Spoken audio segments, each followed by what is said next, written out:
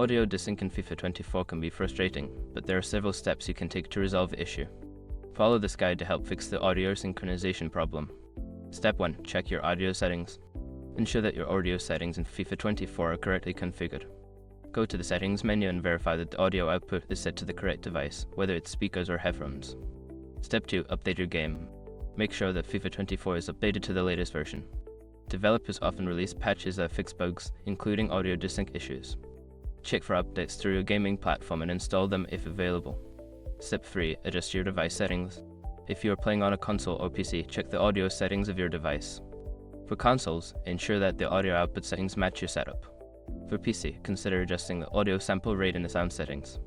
Step 4. Restart the game. Sometimes, simply restarting FIFA 24 can resolve audio issues. Close the game completely and then relaunch it to see if the audio desync persists. Step 5. Reinstall the game.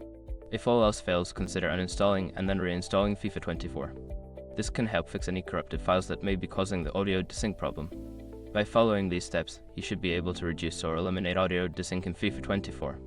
If issues persist, consider reaching out to the game's support team for further assistance.